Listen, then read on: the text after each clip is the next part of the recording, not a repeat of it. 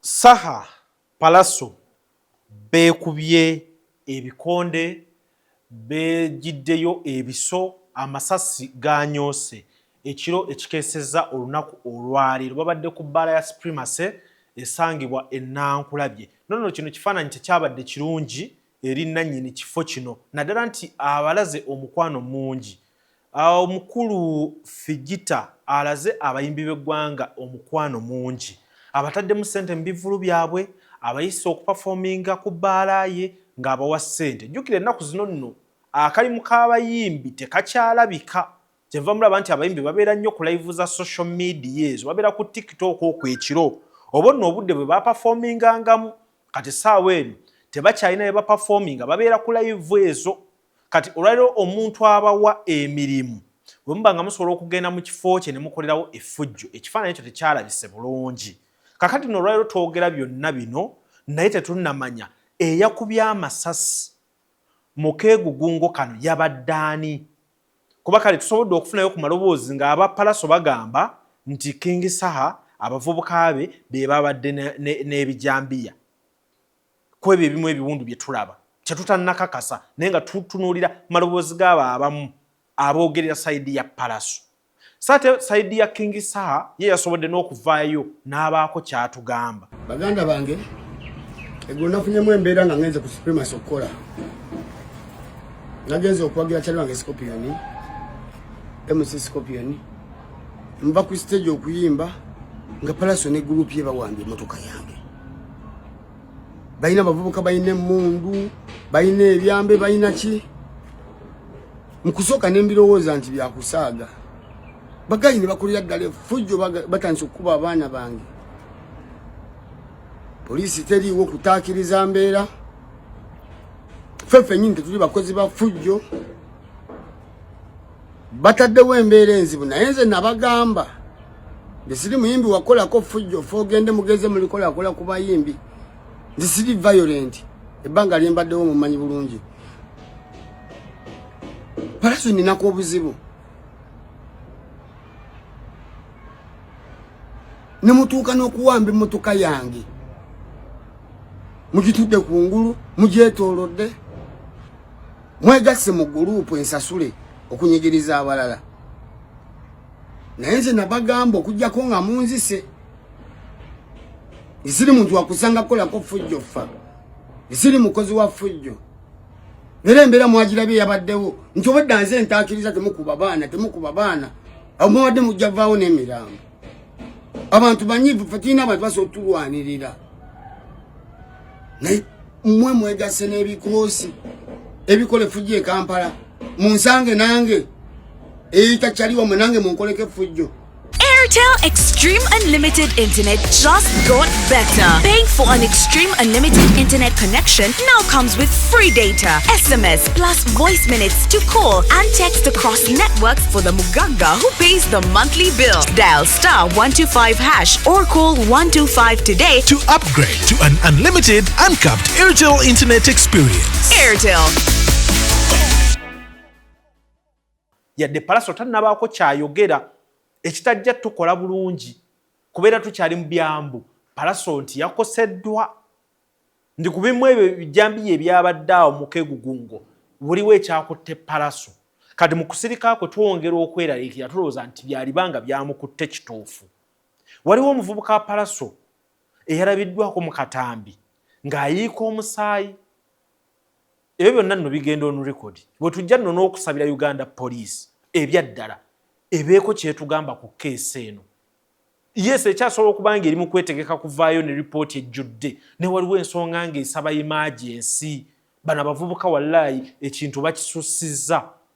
Kati tunuulira embeera efaananako bwetyo nga bulijjo tugamba alien skin, leero tabiriimu. Bulijjo twogera fake Gaza, leero tabiriimu. Kati twogera abayimbi bulijjo betusuliramu ne tugamba nti kale Palaso alina talenti. Wadde yalumbye aliyeni, abalala ne tugamba nti alien skin alina kukola violence olw'okubanga music bino na bino na biri. Palaso ne tumusuliramu olwa talenti. Kati tutunuulire ekifaananyi ng'ekitimba kikutte Palaso amanyi okuyimba ne Saha amanyi okuyimba. Mulaba gye tulaga, mulaba abavubuka be batutadde. Buli muyimbi ali eyo adeployinga abavubuka ku ggaali mmanya nti bayina okukulabisa. Ate bo kusaidia bwe kino kikiba kulabisa olw'ensonga nti bo baba bali ku mirimu gyabwe. King Saha abavubuka abo ku security yo kino kye bakoze kye balina okukola kuba balina okulaga nti bakola. Pallaso abavubuka abo ku security yo kye bakola oba kye bakoze kye balina okukola. Bino byonna babeera balina okulaga bakama baabwe nti bali mu kukola. Naye nga essaawa yonna bagenda kusiba omuntu. Kino nkibabuulira. Essaawa yonna omuyimbi mu ggwanga Uganda agenda mabega wa mitayimbwa. Kuba this is too much. Natural show yabadde ku Supremacy nga yabaddemu audience. Abantu babadde bazze okunyumirwa music wammwe.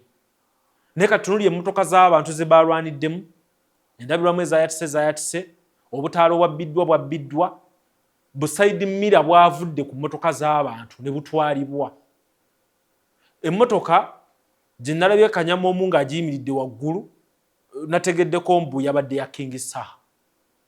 Ti abavubuka baagiwambye ne batuuka ne waggulu nga ghetto speaker wagenda okuba nga atubuulira. N'otuuka ku mmotoka ya munno n'ogiwamba n'otuula waggulu waayo n'ogirinnya ku luufu ogyonoone. No. Kino kyasusse. Kyayitiridde ne ku bitubadde tulaba bulijjo. Tuvumirira ne sekuvumirira yenna ekikolwa eky'effujjo ekyayoleseddwa olunaku lwajjo ku bbala lya Supremacy wali eri Nankulabye. Ekyennaku mu kyo ng'effujjo lino lyabadde likulembeddwa muganda waffe Pallaso. Effujjo lino gganga z'abavubuka ezabadde zikutte ebintu ebisi, omwabadde ebiso, omwabadde amayinja, abamu babadde n'emmundu. Twebuuza nakati emmundu ezo abaana abo bazijjawa, abamu babadde ne pepper spray. Tuvumirira ekikolwa ekyo ekyakoleddwa n'obulumbaganyo obwabadde buteekeddwa okukolebwa ku King Saha. Tubuvumirira. Olunaku lwajjo Saha yagenze ku Supremacy ng'agenze kuyimbirako mutabani we MC Scorpion. Amaliriza bulungi nnyo okuyimba. Agenda we ya parkings oba tugenda we twabadde tu parkings mu parking. Saha gye yabadde parkings. Tugenda tutuuka ku mmotoka ya Saha nga yeetooloddwa gurupu y'abavubuka. Ekitono nnyo babadde ng'ebikumi ebi nga bakutte ebisi, bakutte ebintu, bali ku mmotoka ya Saha bwe bati bagyeripyeko, abamu bali ku boneti, abalala bwe bagikubaakuba, abalala bwe bagigiraagira. Twebuuza nti kiki ekituuseewo nga Uncle P ali mu ssako y'abavubuka abo wakati bwe bati. Bali mu kweswanta, bali mu kuwaga, bakutte amajambiya, bali mu kukola ki? Saha muno mwatatiira agendawo. Abagamba nga Pallaso ku muluggi Saha kwayino, Saha oluggi lwayino okukozesa olwa driver. Nga Pallaso kweyeesigamye bw'ati. Nga Pallaso kweyeesigamye ku luggi lw'emmotoka y'omusajja. Imagine effujjo eryenkaniddeawo, okusoomooza okwenkaniddeawo. Saha agenda wa abeegayirira nti bannaye njagala kuvaayo nga Pallaso n'apaakinze wali kumpi ne emmotoka ya Pallaso yabadde kumpi n'eya King. Naye nga Pallaso tali ku mmotoka ye, wabula ng'ali ku mmotoka ya King. Kwatadde abavubuka be gye bali mu kubaakuba bagirinnyeeko waggulu. Saha agenda wa bagamba nti bannaye njagala kuvaayo. Nga bw'omanyi nti kyabadde already kiteeketeeke, baatandikiddewo effujjo. Batandika nedda totujjaawo ne batandika okuba gurupu ya Saha. Out of the blue nga buli omu yeewuunya obusungu gye buvudde, bajjeeyo ebiso batandise okuba pepper spray, batandise okukola obulumbaganyi ku Saha. Nga bw'omanyi nti n'omunafu yeerwanako, Saha olunaku lwajjo yeerwanyeeko. Naye ate kyensinga okumwebazaako yalwanye nnyo okulaba ng'ataakiriza embeera. Otherwise Saha singa naye yenyigidde mu mbeera eyo awaali baddewo abantu abafa, era ejjo mwakirabye nti mukola effujjo ku bantu, naye eriyo abantu be batakolako ffujjo, eriyo abantu be batamala gakolako ffujjo. Mwakirabye nti waliyo abantu abamu ng'abantu baabwe basobola obbafiiririra. mwalabye ttiimu ya Saha nga tusobola okufiirira Saha nti Saha nga temunnamutta musooka kutta ffe ne mulyoka mudda kwani ne mulyoka mudda ku Saha kuba tetusobola kukkiriza fujjo bweriti omuntu abagambye nti muve ku mmotoka ye ate gwe muli mu kukkakkanako gwe mwagala okuba mukuba ttiimu ye awatali nsonga. Ekikolwa kino tukivumirira. Poliisi yasalawo okusirika ku nsonga bwezite z'effujjo erifaanaganako bweriti. Tubasaba we walikeera ku makya ne mulaba emirambo gy'abantu poliisi era still musirikiranga gye musirikidde kubanga tukimanyi bulungi nnyo nti effujjo lino era nammwe mulimanyiiko yensonga lwaki abavubuka Palaso be yabadde nabo mwabaddemu abalina emmundu abolooze emmundu bazijjawa. Saha temugenda kumukolako fujjo ekyabadde nga akyannanya bulungi nnyo nga bagamba nti ye temumulabanga baneno be mubadde nga mukolako effujjo ne mutambula mutyo. Ffe tujja kufa twerwanako tituli bakozi ba fujjo ffe nitusobola okwerwanako titujja kukkiriza mutulinnye ku mitwe mutusiimulireko ebisooto mutambulenga bwe mutyo. So tuvumirire fujjo eryo. Era poliisi muveeyo ku nsonga eno ey'effujjo munnyonnyole n'ensi abavubuka bano gange emmundu ze batambula nazo bazijjawa n'amasasi obwedda ge bakola ki ge bakuba. Tetugenda ffe kukkiriza ffujjo nkiddamu gwe wenna ali eyo ghetto youth gwe bapulaninga okukozesa effujjo mb'olikole ku Saha tetugenda kukkiriza ffe ffujjo ffe tebatukolako ffujjo yensonga lwaki temulabangako Saha awantu wonna ng'alina gwakolako effujjo. Ni bano twewuunyizza betutogerangako nabo betutayombangako nabo effujjo lyaki n'abali emabega w'effujjo lino tubamanyi. Ffe emitima gituluma abagoberera music abalya ku industry eno nti waliwo okola amawulire amalungi ku King Saha n'ayongera okwambuka business n'etambula nange nnyina we nkifuniramu ng'afunye views ezo. Palaso buli watambula buli wabeerawo nange nsigala nfunamu nawe TikTok osigala ofunamu naye oyo asanyukira okukola amawulire agafaanako nga gano zikusanze olayika tonnalaba gye tulaga twakubye edda indikeeta bannyabwe ne bassebo anaayamba abayimbi baffe yalibadde yajja luli enkya ogenda sanga ebintu byonoonese entalo zitandikidde ku social media tukyalinayo olwa Gravity ne Bebe Cool olwo nalwo weeruli kati olwaleero nga luli terunakkakkana tetunnamanya nti biwedde bitya ate bano balwanaganye. Jukira emabegakaawo Palaso yavayo n'agamba nti mu bayimbi abalina hit 20 King Saha taliimu. Yes, ayinza okukwata yameshoninga linnya lye naye mu bonna be yameshoninga Saha teyaliimu ate nga ffenna tukimanyi bulungi olwaleero eriyo abantu abakkiriza nti Saha ye muyimbi akyakwatiridde mu bayimbi abaami kati ate nga oluusi newoba ogasse lumu n'abayimbi abakyala abadde takola bubi mu kusanyusa abantu oba mu kubeera n'obuyimba obwo bumukuumirawo. Mu kyo nze mmanyi Saha kye yakola kyali kintu kimu nti ensobi za Alien Skin ze yakola kuba njagala ffenna tukkirize ndi mu kujja kwa Alien ye muyimbi eyali ayagaddwa abantu oba baniga oba si baniga oba bali enkwacyo oba tebagirya oba banywa enjaga oba tebaginywa Alien Skin yali akutta abantu bonna. Just teyamanya bumanya nti endongo gyazzeemu erimu politics waayo ate n'ebyobufuzi bigiwambye kati mu kukola choice awo Alien Skin waliwo akabox kataatiiki nga kumanya nti abangi baliriddawa ofuna bulungi nate naye kusaidia ina akabox katiki nga n'agamba sente ziririddawa kati ebintu nebyo bibiri bikulu ng'okyasobola otunula Alien Skin ng'omwagaliza abantu bangi okumubeerako naye nga ye yali ayagala sente era kyovula yagamba mission kawumbi kyendowooza nti akawumbi ako alina okuba nga yakafuna era n'ebyobugagga alina okuba nga yabiseetinga nga ye bwali akkiriza nti famire ye eri bulungi oba nfuna bulungi kati mu sobi ezimu Alien Skin ze yakola King Saha ze yatambulirako. Jukira nti abayimbi bali silent nga neno app ya TikTok tebagiriiko nnyo. Ebivubuka ne lyewambira TikTok yaalyo. Nasooka atuyisamu n'eggaali awo ffe aba TV. N'abalaga nti tabeetaaga. Ani tusigala nga ffe abamunoonya nga n'amawulire yagatuwa. Kati Saha n'amanya nti app tetulina kuginyooma, tulina kugikozesa weetuti. Kati ekyenjawulo abadde tannakola violence yonna, abadde talina violence record mu ntambula ze ku app eno. Naye ng'ate ali vabo nti Saha abadde asuula n'olutalo ku bbeeyi layisi nti Bafana gw'oluyina ng'aluyingiramu ng'aluwambira awo.